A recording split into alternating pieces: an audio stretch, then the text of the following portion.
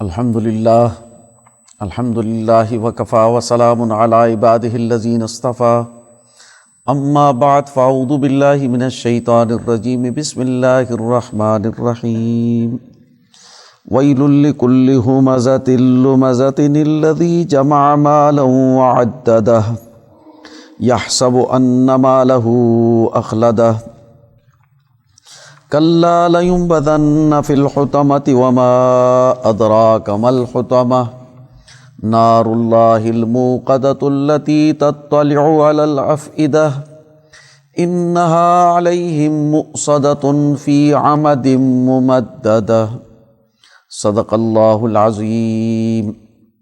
मस्ता सुपोणांदे the Quran मजीद द आखिरी सूरतुनो न यो सूरत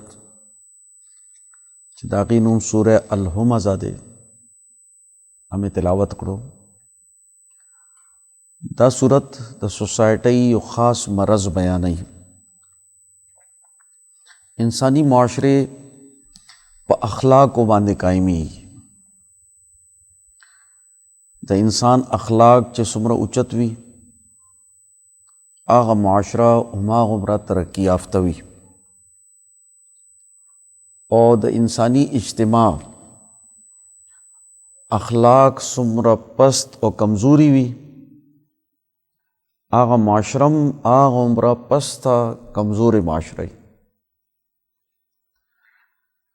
दा अखलाक पर दो किस्मों थे। यो तो मुंग इज्तिमाई अखलाक वायु द सोसाइटी द इज्तिमा द ज़रूरत मुताबिक द इज्तिमा द वक़ार द पारा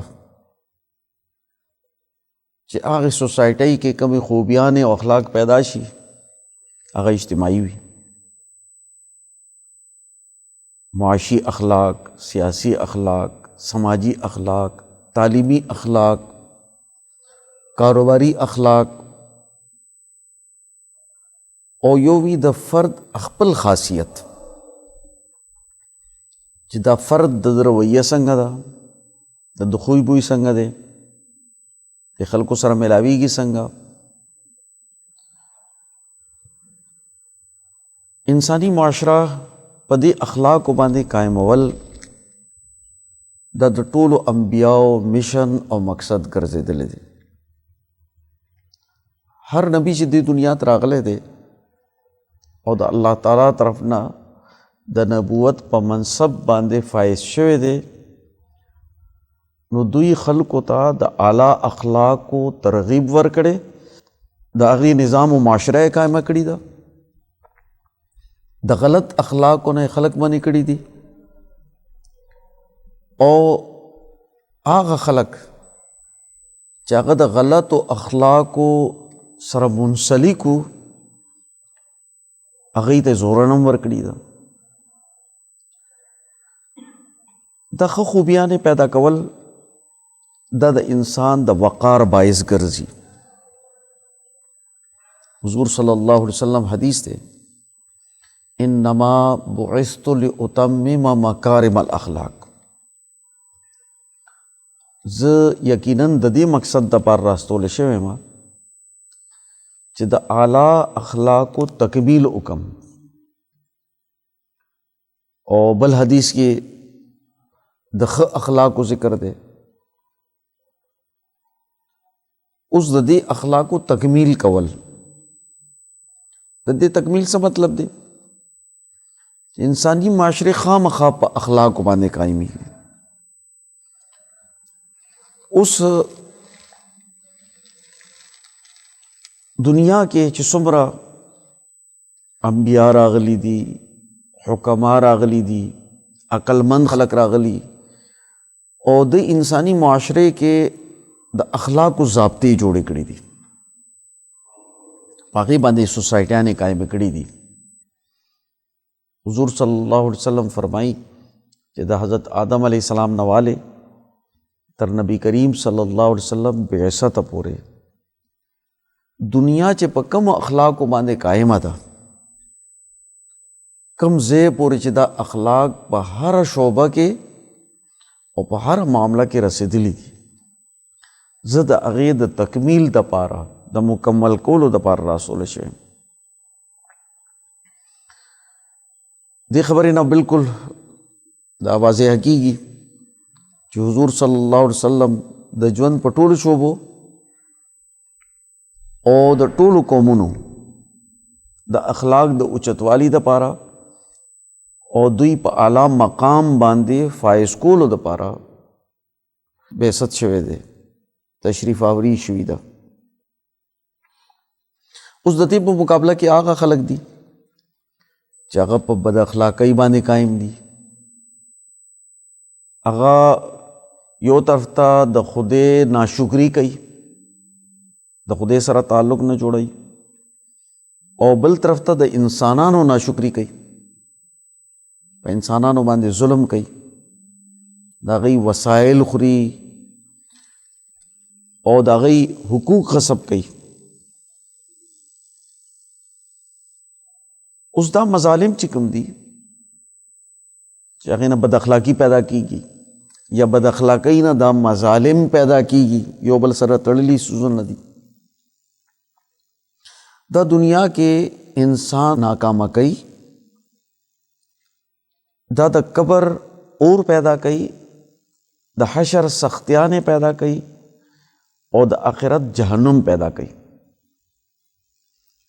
قرآن حکیم په دې صورت کې د سوسایټۍ دا بد اخلاقیانې او د هغې مرکزی طبقه د هغې تعارف کړی دی او د بد اخلاقۍ وجه یې ښودلې ده. حضرت الامام شاہ ولی اللہ دہلوی رحمۃ اللہ علیہ فرمائی چې د هر خلق امام وي.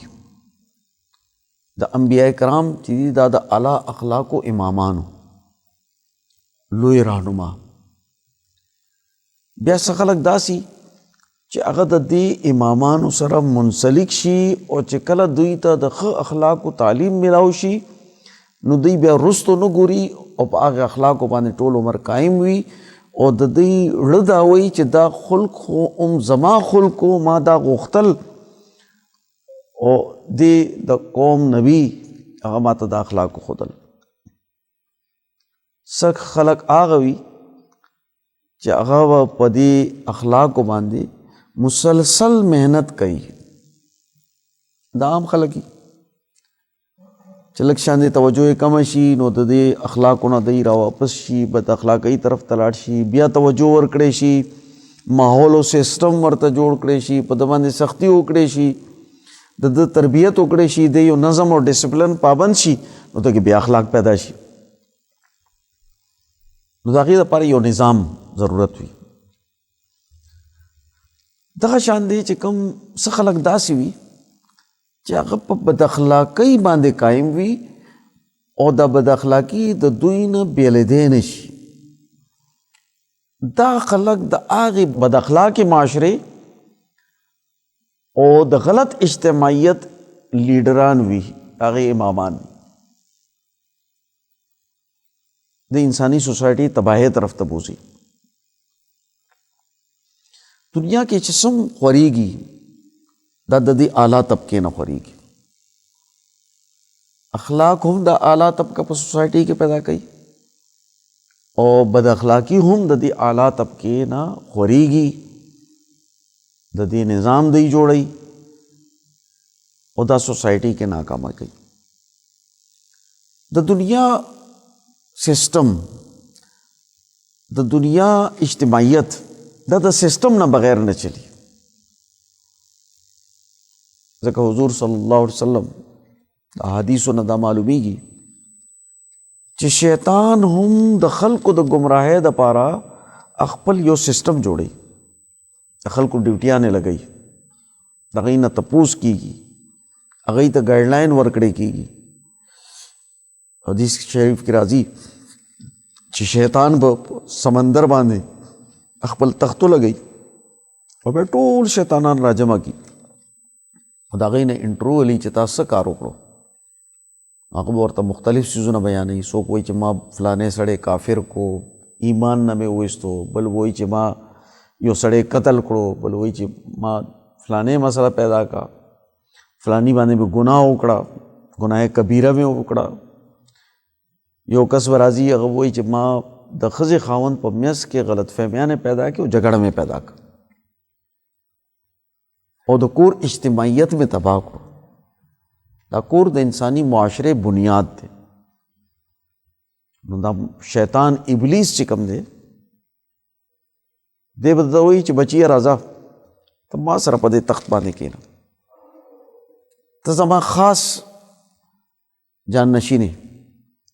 ځکه چې ته انسانی معاشره کې تقسیم پیدا کې او خاص کر په کور کې تا تقسیم پیدا کړو نو تا ټول اجتماعیت تباہ کړو.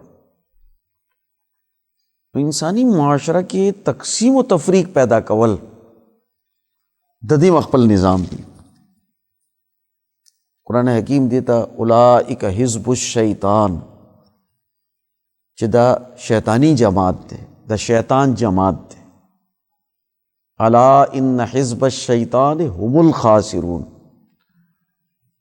او بیا داو فرمایل چې شیطانی جماعت چې دی به ناکامه کی. کامیابی خود حق ده، د اخلاقو ده، د اجتماعیت ده، د انسانیت ده، د الله سره د تعلق ده. اوس دا چې کوم فاسد سوسایټي ده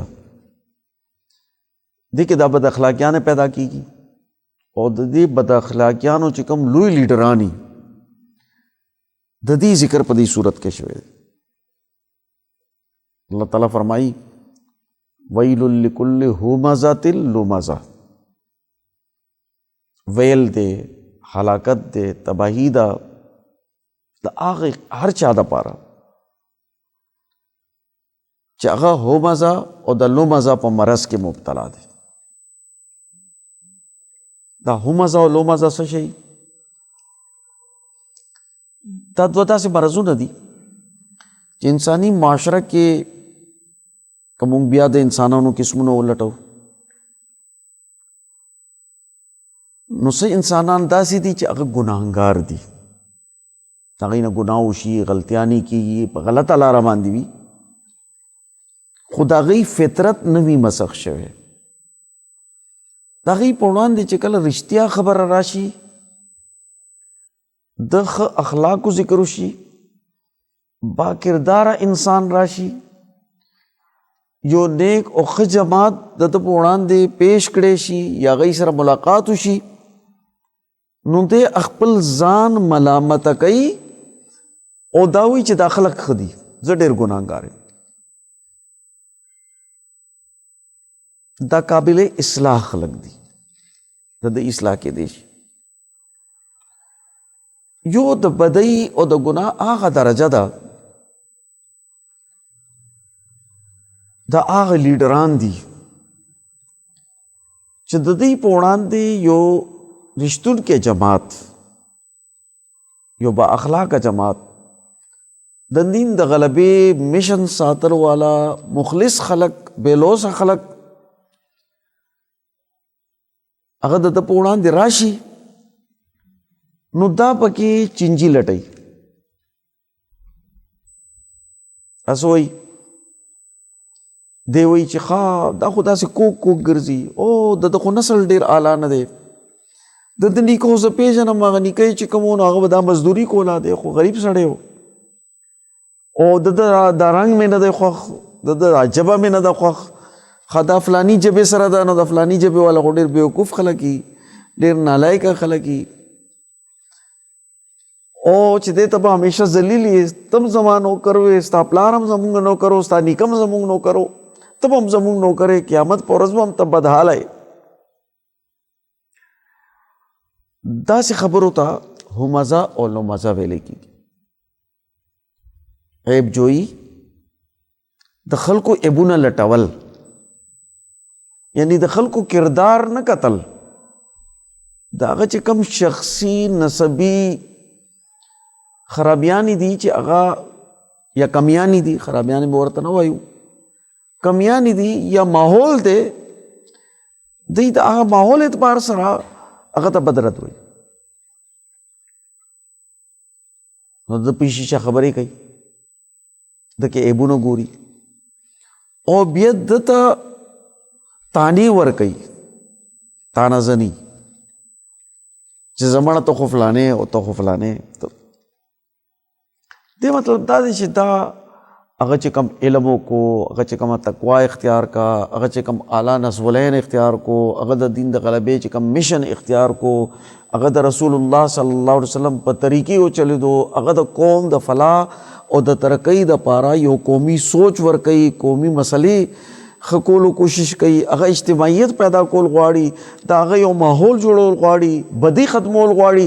دا ټولې خبرې یو سایډ ته شي او دا هغه داسې خرابي چې هغې کې د هغه خپل څه قصور نه وي، په هغې باندې د خلاف ذهن سازي کوي، د پورې خندا کوي. او دا خنداګانې او عیبونه لټول، په شیشه خبرې کول، وقار مجروحه کولو کوشش کول، دا د هر نبی خلاف شوي دي. او د هر لوی انسان، صدیق، شهید، ولی الله، صالحین، د دې خلاف داسې قسمه نمونې خبرې کیږي. دوی خلکو د حضرت موسی علیہ السلام خلاف هم پروپیګنډا کړي وه او په هغه باندې چې الزامات لګولي وو. دوی رسول الله صلی الله علیه وسلم هم نه دی پرېښی، د رسول الله صلی الله علیه وسلم خلاف خبرې کړي، د جادوګر دی، دته خو یو پیری راځي او دا چې دی نو دا دعوه کوي چې زه به د ټولې دنیا کې دین غالب وم او د داسې حیثیت دی، خپله خو یتیم دی، دا یتیم به څه کردار ادا کوي. دلته لوی لوی چې دی نو سرداران موجود دي، سرداران چې د دې په مقابله کې به دی یو یتیم راوچتېږي. داسې پروپیګنډې ډېرې د رسول الله صلی الله علیه وسلم خلاف، د صحابه کرامو خلاف، د اولیاءو خلاف په سوسایټي کې کیږي. داسې خلک هغه خلک دي چې دوی حق خبره، رښتیا خبره، د اخلاقو خبره قبلولو ته تیار نه دي. د دوی فطرت مسخ شوی دی، د دوی زړه تور شوی دی. ختم الله علی قلوبهم، الله تعالی فرمایي چې مونږ د دوی پړونو باندې مهر ولګول. په دې کې اوس حق خبره نه دننه ننوځي او نه د زړه نه بغض وځي او کفر وځي. اوس دا مرض چې دی دا څنګه پیدا کېږي؟ د دې اسباب خو مختلف دي. قرآن حکیم په دې ځای کې یو ډېر لوی سبب چې هغه د دې امت سره هم تعلق ساتي، هغه سبب یې بیان کړی. الذي جمع مالا وعدده يحسب ان ماله اخلده. دا مرض دا دی، دا هغه خلک دي چې مال جمع کوي، په ټولو وسایلو باندې دوی قبضه وي، په ځمکو باندې، په زراعت باندې، په تجارت باندې، په صنعت باندې، په امپورټ او ایکسپورټ باندې، په حکومت باندې، په وسایلو باندې د دوی قبضه وي. وسایلو ته مال ویل کېږي چې ټول وسایل د دوی په لاس کې وي. هغه وسایل د سرو د سپینو په شکل کې او که د ځمکې او د ماشین په شکل کې او که د ډالرو په شکل کې وي، نو دا خلک مال جمع کوي او بیا د هغې حساب کتاب کوي، هر وخت شماري. الذي جمع مالا وعدده، بیا شماري څومره زیاتې شوې، څومره ترقي وشوه، څومره منافع مو حاصله کړه، څومره سود مو وګټو، څومره به د خلکو وسایل لوټ کړل. د دې سوسایټۍ کیپیسټي څه ده، په دې معاشره کې څومره وسایل موجود دي او دا وسایل به ټول څنګه زه لوټم، زما کور ته به راځي او دا خلک به ترېنه محرومه کېږي. د کیپټلزم سوچ چې دا مارکیټ د دومرو دی، دومره وسایل موجود دي او څومره چې کیپټلزم ترقي کوي هغومره د هغه په نظر په ډېر ځایونو باندې وي. اوس چې کوم بالادست کمپنیانې او ملکونه دي، دوی د ټولو ملکونو په ځمکو کې چې کوم وسایل دي هغې باندې نظري، هیومن ریسورس باندې نظري او دا وسایل دا غني چې دا زمونږ وسایل دي، دا مونږ ته ملاویږي، بل چاته نشي ملاوي.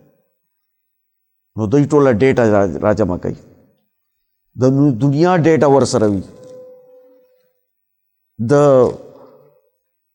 ګولډ ډیټا ورسره وي، د بلیک ګولډ ډیټا ورسره وي، د معدنیاتو ډیټا ورسره وي، د وسایلو ډیټا ورسره وي، د هیومن ریسورس ډیټا ورسره وي. شماري چې څومره دنیا کې وسایل ما ولوټل، څومره به ماته راځي او زه به هغه جمع کوم. او بیا د هغې نه پس دا خیالي یحسب ان ماله اخلده، دا جمله د دې پیله خبرې وضاحت کوي او د دې تشریح کوي. ګوره دا مال ګټل بد شی نه دی، هر انسان ضرورت دی، هر کس محنت کوي، مال ګټي څه دپاره؟ د خپل ځان ضرورتونه پوره کول، د خپل کور والا د اولاد او د مور پلار ضرورتونه پوره کول، او د سوسایټۍ ضروریات دپاره خدمت او ښېګړه کول، د هغې دپاره محنت کول. نو دا ګټه کول، محنت کول، وسایل ځان ته راوړل دا بد شی نه دی. اوس بد شی څه شی دی؟ حضرت مولانا حفظ الرحمان سیاروی سے فرمائی چې که څوک حلال رزق وګټي، حلالو طریقې سره حلال رزق، او په هغې کې د حرام نه وي کړی، او دا پیسې راجمع کی، او د هغې نه پس د ده په ذمه باندې چې کوم زکات دی او کوم حقوق دي، هغه زکات او حقوق نه ادا کوي، نو دا سرمایه د دا دولت دام د کنز په حکم کې دی، د خزانې په حکم کې دی، چې د هغې ذکر قرآن حکیم کې بل څه کې شوی دی. والذین یکنزون الذهب والفضة ولا ينفقونها فی سبیل الله فبشرهم بعذاب علیم. هغه د سرو د سپینو خزانې را جمع کوي او د الله په لارې کې نه خرچ کوي، دوی ته د بدترین عذاب خوشخبری واوروي. نو دا هغه خزانې هم شاملې دي چې هغه په حلالو ګټلې شوي دي او په حلالو طریقې ګټلې شوي، خو بیا خرچ د الله تعالی د حکم مطابق نه دی کړی، هم په دې وعید کې شامل دي. او هغه خلک چې په غلطو طریقو سره ګټي، ناجایزه د خلکو حق وي، هغه وسایل جمع کوي او په هغې باندې اجارهداري قایموي، نو دا خلک خو بیا خامخا په دې کې شامل دي. او بیا د دوی نه د پاسه هغه خلک دي چې د هغې ذکر په دې صورت کې دی،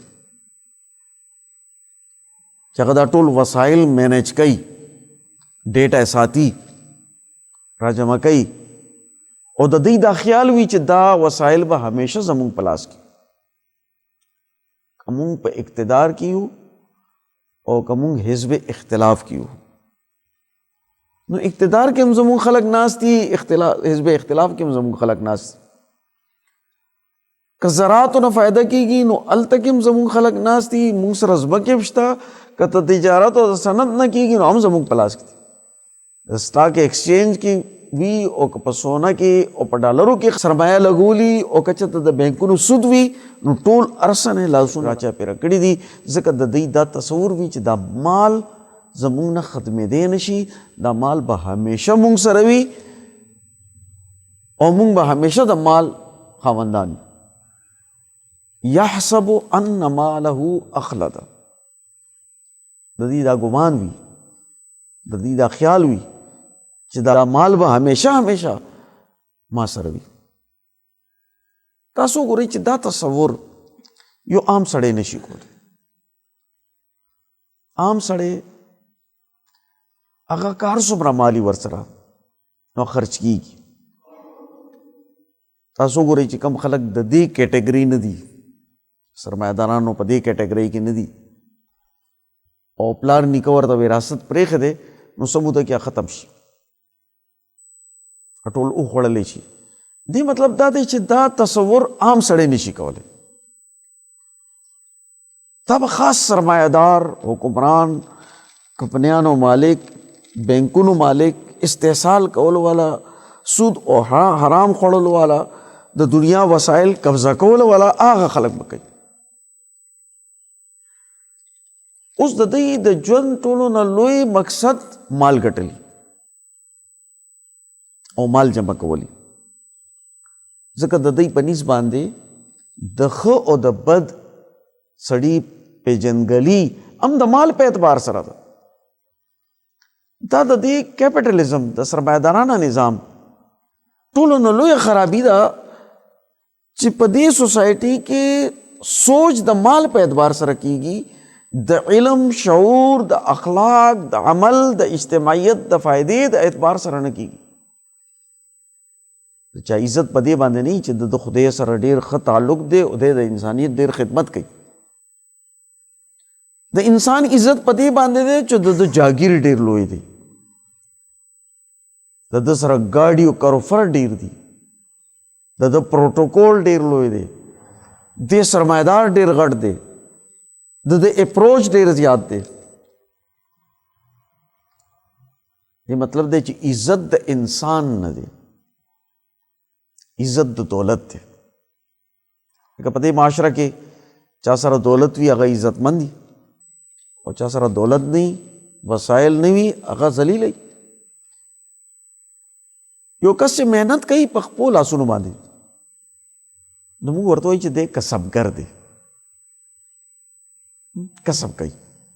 موږ ورته ټیټ ګورو چې دی خو لوهار دی، دی خو ترکاڼ دی، دی خو فلانې دی، موچی دی، د فلانې دی. خو دغه لوهار چې کوم دی، دغه موچی، دغه ترکاڼ چې د سره دولت راشي نو دا سیټ سیب شي، دا خان سیب شي، دا عزتمند شي. بیا ورته څوک نه وایي چې دی د یو لوهار زوی دی، دی د موچی زوی دی، دی خو دیکان دی. بے خلک عزت کوي. نو عزت د څه شي کوي؟ محنت خو هغه مخکې هم کولو، ښه سړی خو پیل هم و. دا عزت د ښه سړیتوب نه دی، دا د اجتماعیت د فائدې د علم او د عمل نه دی، دا عزت د دولت او د سرمایې دی.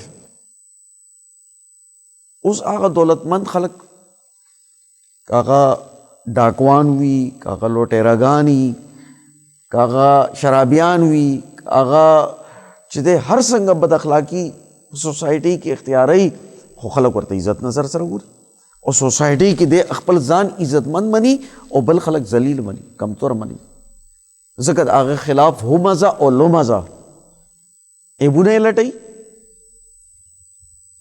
تانی ورکوي، بدره دی وایي، ماحول کی عزت کموي، دا هغه وقار خرابوي، دا هغه په لارې کې رکاوټونه پیدا کوي چې دی کامیاب نشي. او دی چې کوم اجتماعیت پیدا کوي، د دین د غلبې جدوجہد کوي، که چېرې دی کامیاب شو نو زما سرمایې ته نقصان دی، زما حکومت ته نقصان دی. د لوټ مار وسایل خو به خامخا تقسیمیږي، احتساب خو به د انسانانو خامخا کیږي. د داسې سرمایه پرست خلکو د هغوی د غلط نظام د هغې ذکر کړی چې دوی کې ټولو نه غټه بد اخلاقي، چې دوی سوسایټۍ کې د اخلاقو قدر هم نه مني. قرآن مجید کې اللہ تعالیٰ فرمائی وَلَقَدْ كَرَّمْنَا بَنِي آدم، چې مونږ انسان ته د عزت مقام ورکړی. عزت چې دی دا خو انسانیت په وجه باندې دی، د انسان انسانیت، د انسان ښه اخلاق، د انسان ښه کردار، په دې وجه عزت پکار دی. کله چې رسول الله صلی الله علیه وسلم دی دنیا ته تشریف راوړو او نبوت منصب ورته ملاو شو،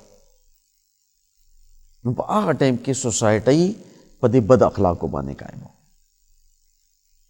د ابو جهل، ابو لهب، د عتبہ او د شیبہ په شان دي ظالم خلق وړې رغان چې په وسایلو باندې په منډیانو باندې قبضه وه د هغوی عزت و د هغوی په مقابله کې چې کوم شریف او ښه خلک وو د هغوی سوسایټۍ کې عزت نو. او دوی د رسول الله صلی الله علیه وسلم خلاف هم ډېر کوششونه کړي. په یو موقع کې حضور صلی الله علیه وسلم مونځ کولو، دا سرداران ناست وو، حضور صلی الله علیه وسلم پورې به خندا کوله. یو سردار پکې وی چې په فلانی مالت کې اوښ ذبح شوی دی، اوس اوښ حلال شوی دی او د هغې چې کوم اوجړي ده اب څوک روړي؟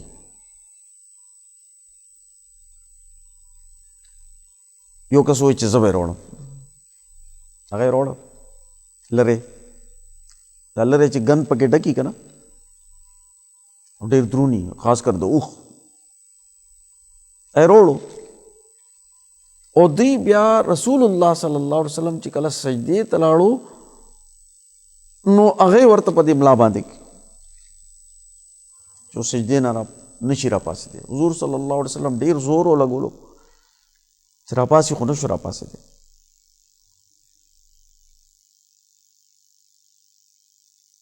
بیا دوی بی فاطمه رضی الله تعالی عنها راوغوښته او هغوی په ماشومانو لاسونو باندې هغې ته دیکه ورکړه، چونکې خو داسې لغړي که نه چې دیکه ورکړې بوج یو طرف ته شي نو حضور صلی الله علیه وسلم تېنه راوچت شو. نو دا د خندا دپاره د بېعزتۍ دپاره چې حضور صلی الله علیه وسلم خود د اعلی خاندان نه و نو دوی پې دا وس نه رسېدو چې رسول الله صلی الله علیه وسلم شهید کړی شي. نو دوی به دغه شان دی شکنجا کوله، دغه شان دی به استهزا کوله، داسې به کوشش کولو چې رسول الله صلی الله علیه وسلم عزت او وقار کی کمی راشي، خدا دوی په لاس کې نو. حضور صلی الله علیه وسلم یو ورځ خپل صحابه کرامو سره ناست و او دا سرداران ولاړو، په دې کې یو سردار چې د حضور صلی الله علیه وسلم تره هم دی حضرت عباس رضی الله تعالی عنہ هم ولاړ. او حضرت عباس رضی الله تعالی عنہ فرمایل سردارانو ته ویل سردارو کنه وروسته بیا ایمان راوړل چې دا زما وراره دی او دا څلور پنځه کسان دي او دوی دا دعوه لري چې دې ټیم کې د دنیا ټولو نه لوی طاقتونه قیصر روم او کسرا ایران د دې بادشاهتونه به ختمي، تبدیلی به ختمي به او د عدل حکمرانی به قائمي او بیا قهقها والا خندا وکړه او نعوذ بالله حضور صلی الله علیه وسلم باندې چې دومره لویه دعوه دا څلور کسان او دومره غټه دعوه کوي د خندا کوشش وکړو.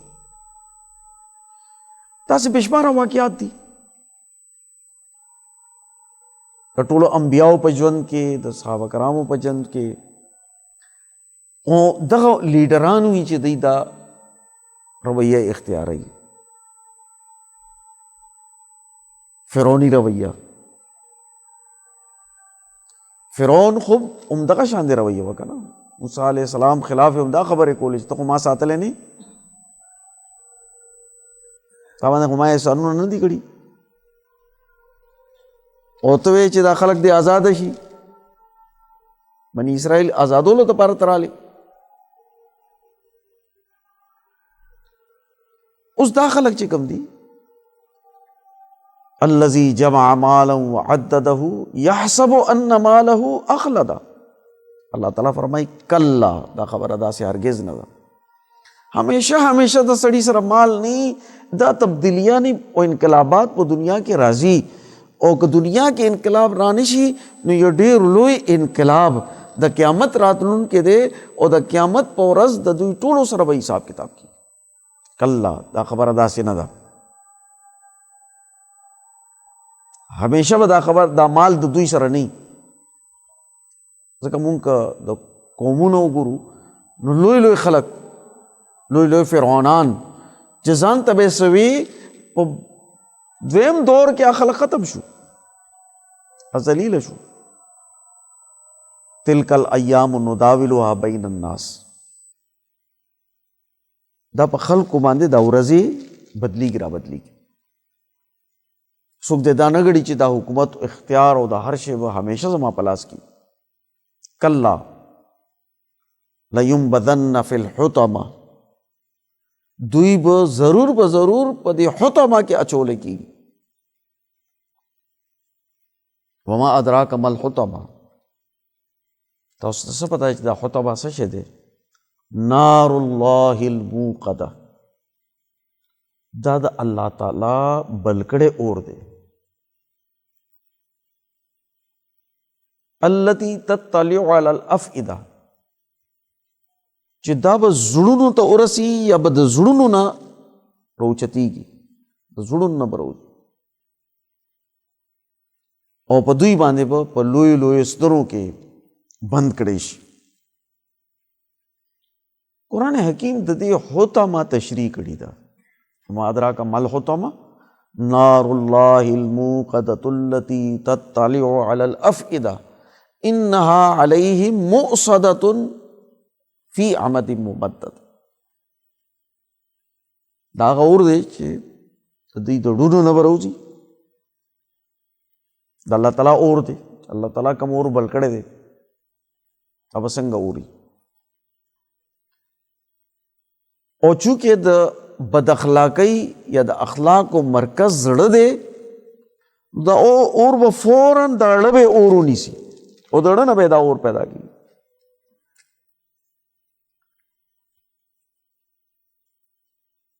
د اړه ذکر یې ولې کړی دی؟ دې صورت سیاق و سباق نه معلومیږي چې د اړه د اخلاقو تعلق د اړه سره دی. د اخلاقو مرکز اړه دی.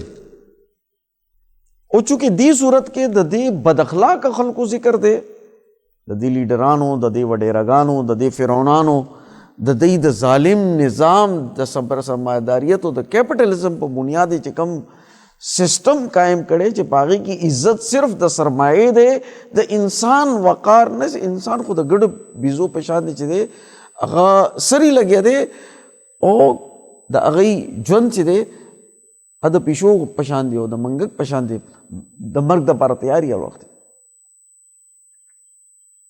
د منګکانو ژوند دی،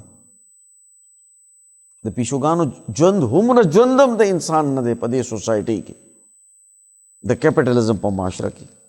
ځکه ټولو نه زیات قتل په کیپټلزم معاشره کې کېږي، انسان ته تحفظ نه ورکړی کېږي او د څو ټکو دپاره څومره قتل چې کېږي په څومره پیسو باندې کېږي، په څومره جایدادونو باندې کېږي، په څومره وسایلو باندې کېږي.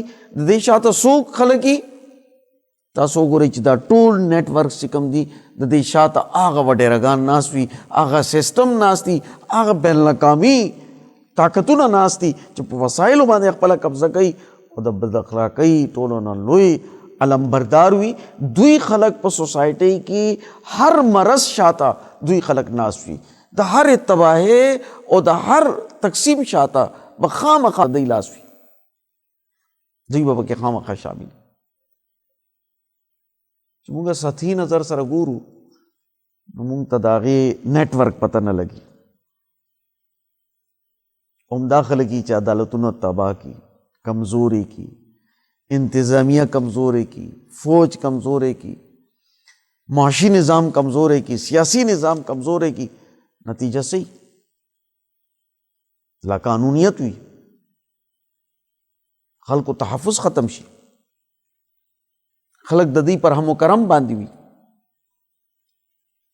او چا سره چې طاقت وي هغه خپل طاقت استعمالوي.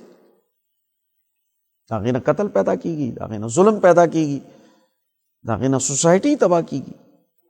سوسایټي د تباہی بنیاد ادغه شی دی کیپټالیزم دی او کیپټالیزم په ډېر لوی بد اخلاقۍ باندې قائم دی دا وسایل خو څه شی نه او انسان ځان سره وړی هم نشي قرآن مجید کې د دې سره په بل صورت کې اللہ تعالیٰ فرمائی الہاکم التکاثر حتی زرتم المقابر تاسو چې د تکاثر مرض تباہ کړی تر دې پورې چې تاسو قبرونه ولیدل قبر ته لاړ چې قبر ته لاړ شي نو څومره دولت ځان سره وړي څومره سرمایه څومره ځمکې یوړې څومره انډسټریانې یوړې څومره ډالر یوړې څومره سره یوړل څومره وسایل یوړل هلته بیا حساب ته پیش کی نو یو ډېره لویه ورځ را روانه ده د قیامت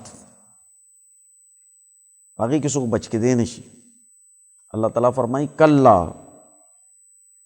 د دوی دعوا غلطه ده دا خبره غلطه ده لیمبذن فی الحطمه دوی به ضرور حطمه ته اچولی کېږي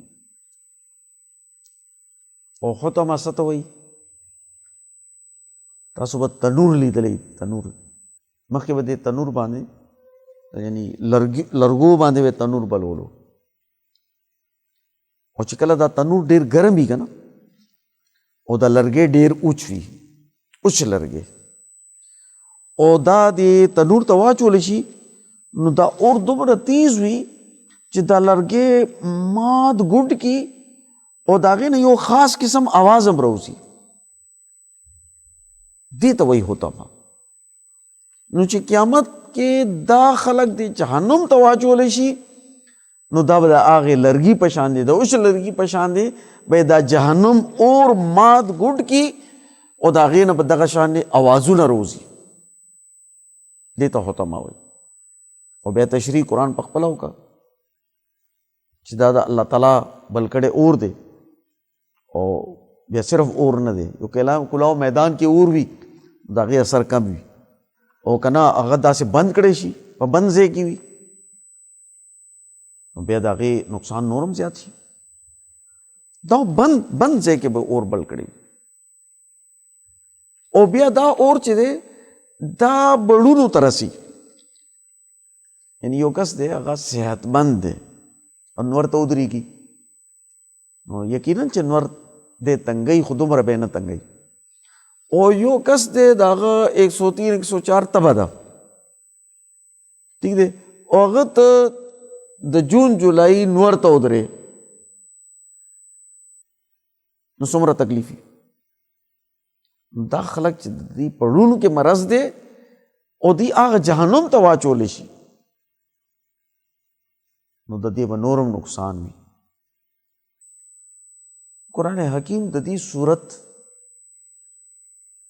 بنیادی مقصد دا دی چې موږ د دې بد اخلاقې سوسایټۍ نه د دې د سرمایه‌داریت د ظلم نظام نه د بد اخلاقۍ نظام نه د ځان بچ کو دا د بدل کو دین د غالب کو داسې معاشره د قائم کو چې په هغې کې د انسان وقار او عزت وي او د الله په نیز د انسان دا اخلاق دا پکاریږي عمل پکاریږي دا اجتماعي کردار پکاریږي سرمایه خو دلته پاتې شي